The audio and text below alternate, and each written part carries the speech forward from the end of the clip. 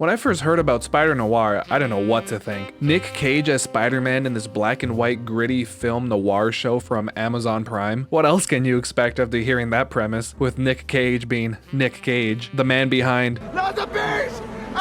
But as I watched the show episode to episode, I realized that the show is weird, very weird, and that's why this show works. Spider-Noir is not afraid to be weird and wacky. It embraces it. Hell, half the time Nick is running around showing everyone his fancy dance moves. It's a very unique Marvel show, something that they haven't ever done with a TV show. Having Spider-Noir set in the 1930s within the film noir genre is such a fun idea that they execute on wonderfully, briefly showing us what a noir version of Spider-Man looks like in the Spider-Verse movies. Many people, myself included, wanted to see more of that character, who was also voiced by Nicolas Cage. He is such a fun and interesting character in those movies, so Sony got to work on a brand new Spider-Man show, titled Spider-Noir. They give us the option to watch the show in black and white or in color. Now, people on the internet will have you believing that you must choose the right color format, acting as if it's a gang association. I ended up watching the first 4 episodes in black and white, then watching the last 4 in what they call True-Hue Color. Black and white turns the episodes, well, black and white, giving it the authentic film noir experience, and True-Hue Color puts all the color back in, making it more vibrant and highly saturated. They both do an amazing job at what they're trying to do. I was having trouble figuring out which one I liked more and would recommend. Watching it in black and white really does immerse you into the show and transport you into the genre, making you feel as though you are watching one of those classic 1940s movies with the long and deep shadows in every shot. While on the other hand, watching it in color is so vibrant and bright. This show looks so good in color. I adore the oversaturated look. Ultimately though, I ended up enjoying watching it in color more, mainly because everything just stands out more, like Sandman's Sandskin or Megawatt's electricity. Some things don't really pop out as much while watching it in black and white. Sandman's skin sort of looks like he has some kind of viral disease on his face, but you know,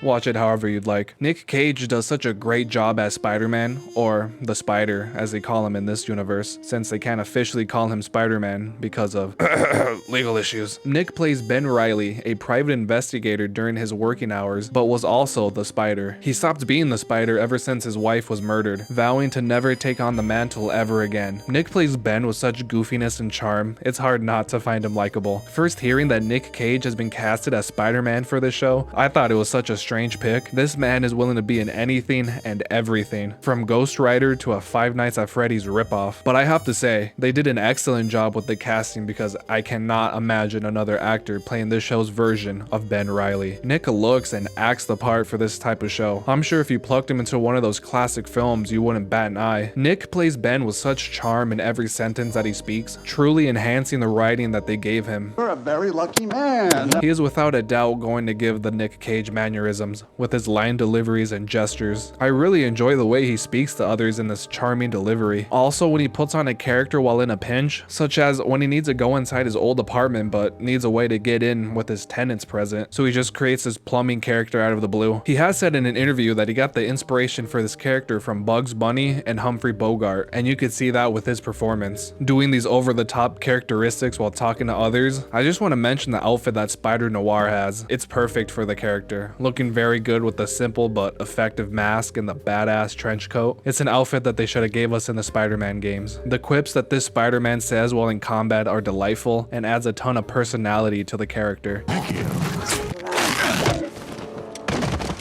Say, Tai Chi. Nick's really fun to watch in this role, and what I think is the main draw for the show. Tuning in to see the weirdness that is going to happen in each episode, he does such a great job in this role, and you can see that he's having a bunch of fun while making the show. At just 60 years old, he's still spry like an energetic house cat. He shoots so much life into this character, and in turn, enhances the show. Real quick, if you're enjoying the video, dropping a like and subscribing would mean a lot to this little growing YouTube channel. Thanks, and back to it. They did a superb job on creating the 1930s atmosphere with all the props and set designs. Everything looks perfect for the time period. The cars, the outfits, and the way that they speak to each other. All of that makes it believable that we're watching a show from that era of entertainment. The cinematography in the show was surprisingly amazing. Getting these cool and unique for Marvel shots that can only work in this style of show. Occasional witty lines that just stand out to me, mainly coming from the Cageinator. The story wasn't really the deepest or craziest, which I felt it didn't really need to be. The main plot just being Silvermane, who's a mob boss controlling New York through his criminal underworld, but later learning that the bigger threat is the World War I scientific experiments that created these superpowered people, such as Sandman and the Spider. The story didn't really need to be all that deep or convoluted. I felt that it just needed to be a baseline to explore this time period and these cast of characters. The mysteries in the show weren't really all that grandiose or mind-shattering. They didn't really expand on them too much. The main hook for the show is the goofiness and charm that it radiates. The show is just so much fun. It's not afraid to be weird within each episode, such as Nick's performance or the over-the-top dialogue that they're saying to one another. The constant charm really sells the show. It still takes its world seriously, while also embracing the weirdness. In a lot of ways, Spider-Noir reminded me of the 90s Batman movies, but in the good ways. Those movies are weirdly captivating. It's like watching a train wreck and the conductor is Mr. Freeze.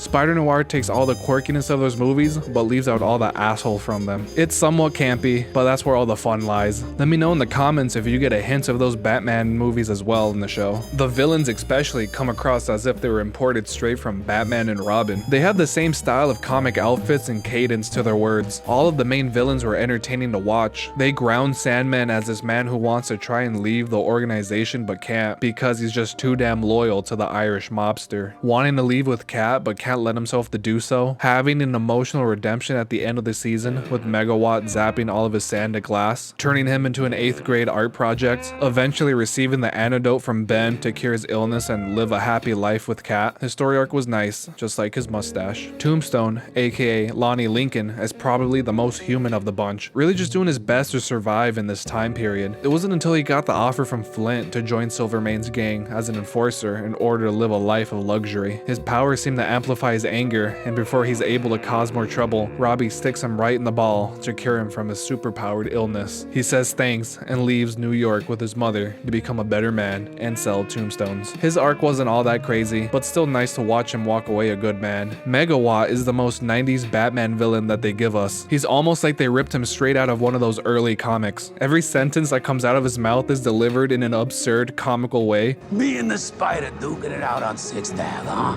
What? I can't take him seriously. He is without a doubt the goofiest villain in the show. His ending being that he got smushed by a train. He'll power that train for 70 years for the next Spider-Man. Silvermane was played brilliantly by Brendan Gleeson, a scummy silver-tongued manipulator that has the city by its throat. I love the way he delivers almost all his lines in that sexy Irish accent. He is a charm of a character that does a great job in any scene that he's in. He sort of has the same frame as the Penguin. Alright, enough about those shitty Batman movies. His end coming from Cat, who wants to break free from his chokehold on her, falling over in a pile of glass like a sack of potatoes. Irish, get it? An enjoyable villain that is a definite plus to the show. The action is actually pretty good from the amounts we get. The best probably being the semi one take from the bar fight. Ben just drunkenly and sloppily beating on these bar regulars that spoke ill of the amazing Spider-Man. Valid, honestly. My favorite part being when he reaches to try to take a sip from his beer, but this guy slaps it out of his hand.